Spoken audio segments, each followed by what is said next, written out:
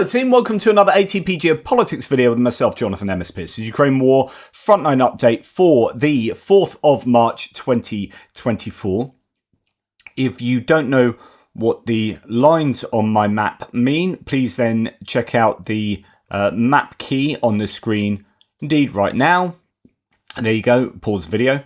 Let's get to the front line. The Kupiansk to Svatova to Crimea Northeastern axis has been fairly stabilised of late, even though there is quite a lot of activity taking place there. The Institute for the Study of War, American military think tank, says prominent Russian mill blogger claimed Ukrainian forces captured several unspecified positions near Avdiivka. So that's an interesting claim. Avdiivka is here, where we have a salient that has seen the Russians move quite a long way past Krokmalna, the village, and taking supposedly Avdiivka according to Syriac maps, although the other mappers don't quite agree with the mapping lines here. It's three very different interpretations of the data in that particular area. But and as you can see, Sinkivka's up there. That is still a very hotly contested area. In fact, reporting from Ukraine did their whole video on this area here about how the Russians would like to come down and take this whole forest area and allow them to sort of come down the edge of the forest and attack Kupiansk from there. But the Ukrainians hold the high ground over to the west, with this Oskil River providing quite a natural barrier. And that makes it very difficult for the Russians there, and that's why you haven't seen an awful lot of change for a long time. The Ukrainians have supposedly a quite decent sort of semicircle of defence here, keeping the Russians at bay, although, you know, they might have to pull back to a further defensive line further to the south near Petropavlivka if indeed they need to. But nonetheless, it seems to be somewhat positional there at the moment, and the Ukrainians may be pushing back in the Avdiivka area there, according to at least one source. Another Russian mill blogger claimed that Russian forces advanced 200 metres on the northern outskirts of Sinkivka, although ISW is not seen any evidence of that claim. So perhaps the Russians have advanced in this area to the north of Sinkivka, but who knows? Lots of claims about that consistently, but it doesn't seem to be that those claims are often true, because the lines really seldom change there, considering the amount of activity that's taking place.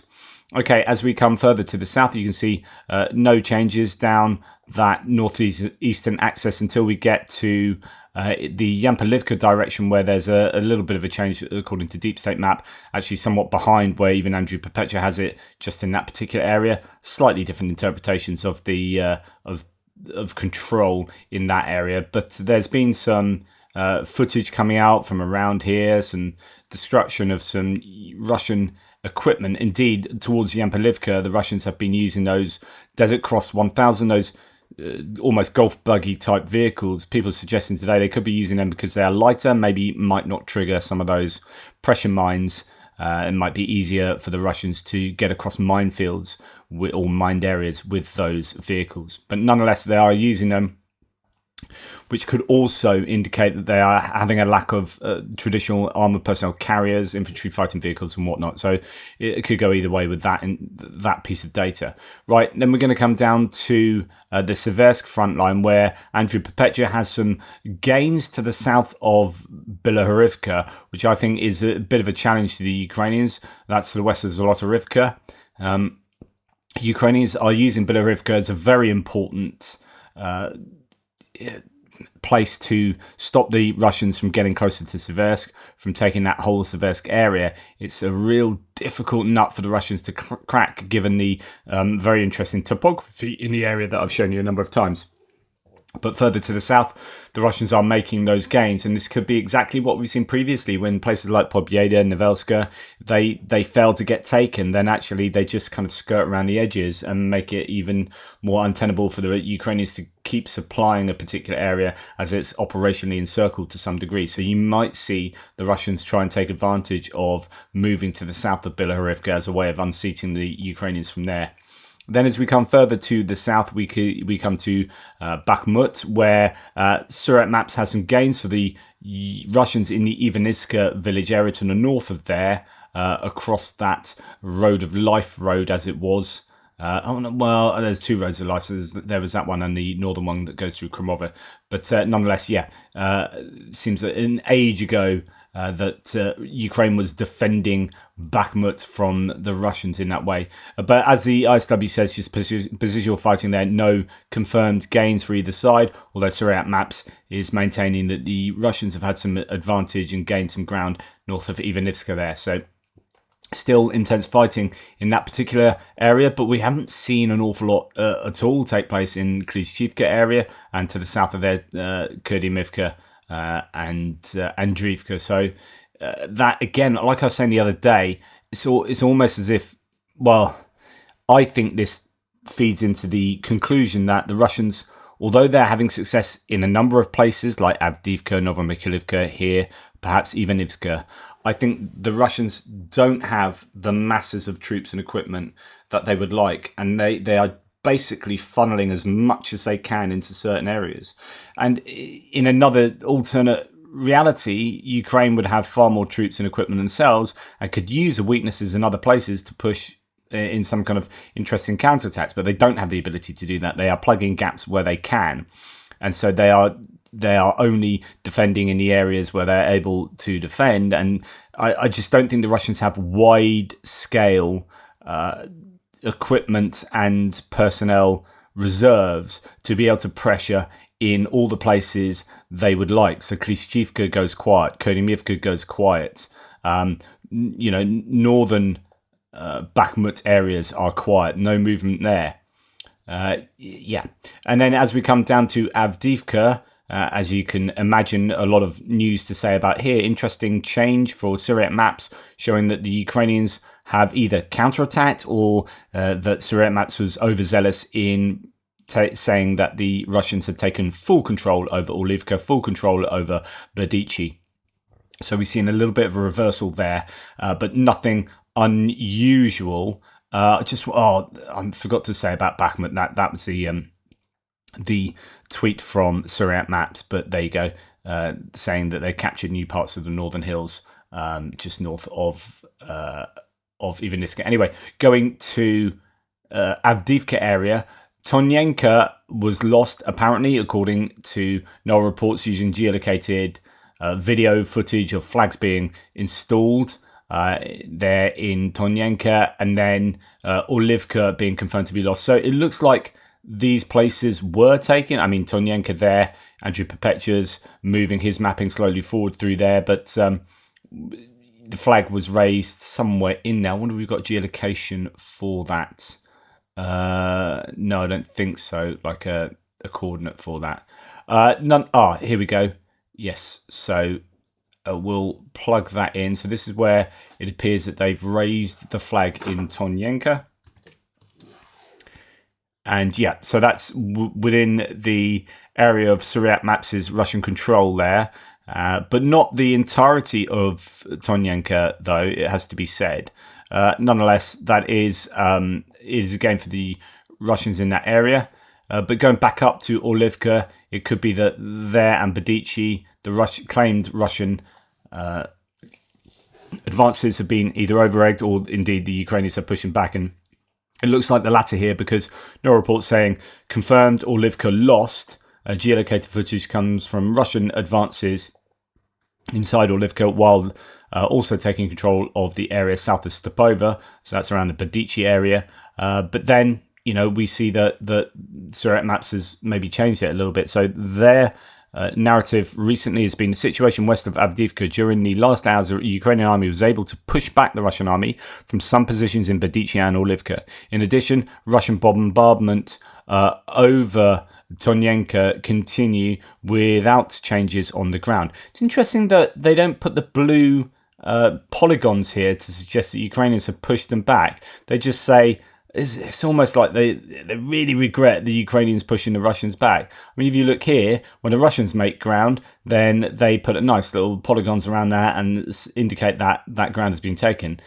Here, the Ukrainians push them back and they admit that, but it's just a couple of arrows and they're both pushing each other's way. But I think it's an interesting interpretation. It's always worth concentrating on these little things, isn't it? Anyway, Suriyat Maps then continues. So in addition, Russian bombardment over Tonyenka continues. No change on the ground. And then here, following the arrival of reinforcements, the Ukrainian army has managed to temporarily stabilize the Avdiivka front. and around the first line of defence. The aim of these offensive operations is to buy time to improve the second line defences somewhat further back. And I did a little segment on the defences that the Ukrainians are building, and it appears that they are building quite a bit back here. So that could well be right, but it also could be this first line of defence being where the Ukrainians would like to kind of set up shop and stop the Russians from advancing any further, because there's a useful piece of physical geography here that allows them to keep hold of that area, as long as they can stop the Russians from coming in from the north here and along the higher ground. So the river seems to start just north of Stepova here, comes down along where I'm pointing, and then goes to Umanska over here. And if the Ukrainians can utilize that topography, then they might have a little bit of an advantage there. Then we have, it's going further to the south to Novomykhailivka. So we go to the Institute for the Study of War to look at what's going on in Avdiivka. And we have a Ukrainian spokesperson saying that the Russian forces have not captured Berdichi, Olivka or Tonyenka, but have had some localized successes in the Avdiivka direction. A Russian mill blogger claimed that Ukrainian forces are successfully defending against Russian attacks west of Avdiivka by exploiting Russian military shortcomings. The mill blogger claimed that some Russian motorized rifle units lack the grenade launchers needed to defeat Ukrainian armored vehicles, and that Russian command continues to use inaccurate maps that overestimate Russian terrain control. Wow. So I don't know if that means old maps that just aren't very good and don't have things accurately positioned, or maps like, for example, taking Syriac maps at face value and saying, well, that's what we control, so we need to do this and do that. And actually those maps are inaccurate interpretations of Russian control. So let's read that sentence again. Inaccurate maps that overestimate Russian terrain control. So I don't think it's that they are old in inaccurate maps geographically speaking. It's just that I don't have a good grasp of what they actually control in the area.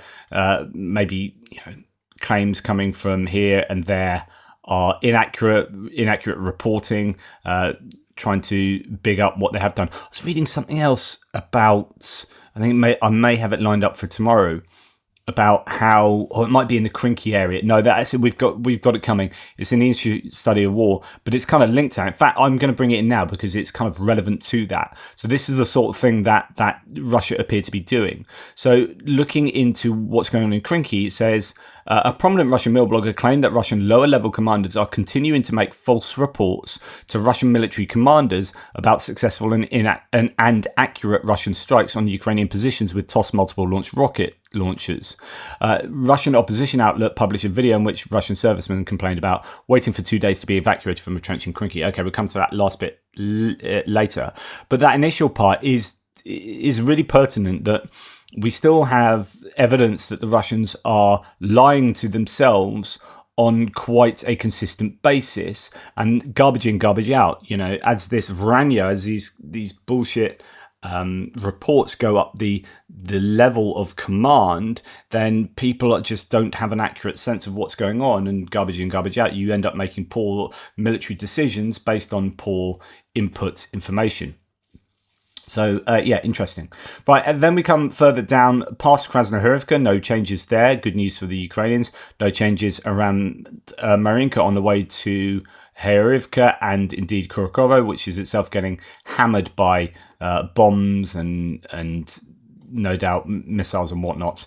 But there is looking pretty dicey in Novomykhailivka. So we have all the mappers here admitting that there are gains for the Russians into the middle of Novomykhailivka there, and that's definitely a concern for the Ukrainians. Syriac map says the Russian army made new advances inside Novomykhailivka until the Church of the Miracle of Michael, the Archangel, reaching the centre of the locality, which is contested now. It's definitely worrying for the Ukrainians there. Now, if we go... Yes, I think this is relevant for the Novomykhailivka area, but it's just a general statement from Ukrainian terrorist group of forces commander Tarnavsky, stating yesterday that Russian forces dropped 9 munitions with chemical substances from drones on the Ukrainian positions in that direction, an apparent violation of the Chemical Weapons Convention. So these claims are still kicking about that the Russians in this case are using chemical weapons. So very explicit sort of counting of 9 instances of that happening around there. Okay, then as we go to the Velika Novosilka sector, you can see, you can see it from a different angle there. You can see that there's no changes to either there or Robotyne with positional fighting taking place. So if we go to the ISW, it says pretty much that. Positional battles occurred near Robotyne and western Novomykhailivka. Something to state here, though, of prominence. A prominent Russian mill blogger claimed that Ukrainian forces are conducting a maneuvered defense in Robotyne, and another mill blogger claimed that Ukrainian forces are remotely mining the area to slow Russian advances. It's exactly what you'd expect. I'm sure mines are being used vastly by the Ukrainian side as a way to really help them. You'd much rather the Russians drive over mines than they drive over Ukrainian troops, and so they're going to be using mines as much as possible, pretty much everywhere. And then when we come to Krynky, well, you've already heard about it, that they are reporting, the Russians, it appears, incorrectly about the success of their strikes on the Ukrainians, and then that may lead to poor decisions getting made later. Now, there's a reference to this video. I almost showed it to you. I don't think I mentioned it, but I almost did. There's so much stuff. I'd sometimes had to filter out things just because there's not enough time. But a Russian opposition outlet published a video in which Russian servicemen complained about waiting for 2 days to be evacuated from a trench in Krynky. So the video is of these guys who are badly injured, and they say, look, we had the lightly injured people were medevaced out of there, and they got out of here, whoop-de-doo, and they said, oh, we're going to come back for you. And then 2 days later, we've not seen anyone. So we're releasing a video I always find it amazing that in the middle of a war zone, they can still use, there's still mobile phone masts up and around here. And I guess in an area like this, the Ukrainians won't want to blow up mobile phone masts because it would stop messages like this getting out, and it also stops them listening in. So people use mobile phones to communicate with each other, and that's a way of being able to listen into what the other side do. So it might be in both sides' best interest not to blow up mobile phone masts. It's definitely something to consider, something to think about. If you have any thoughts on that, let me know. But anyway, it seems that the Russians are still able to send out messages onto socials, and the video is, like 2 days later, we got nothing to eat, nothing to drink, and we are stuck here like fundamentally injured, and there ain't no one getting us out. So things are not looking good for the Russians in that area, even though the Ukrainians have reduced their forces to 1 brigade operating there, and things are not easy for them. But it seems like the Russians have just fundamentally failed to take any kind of advantage of that situation, and are just ending up attriting their forces, troops and equipment in that area to a fundamental degree. Anyway, that's the appraisal of the front line for the 4th of March. Thank you so much for watching. Please like, subscribe and share. Really appreciate your support. Take care, and I'll speak to you soon.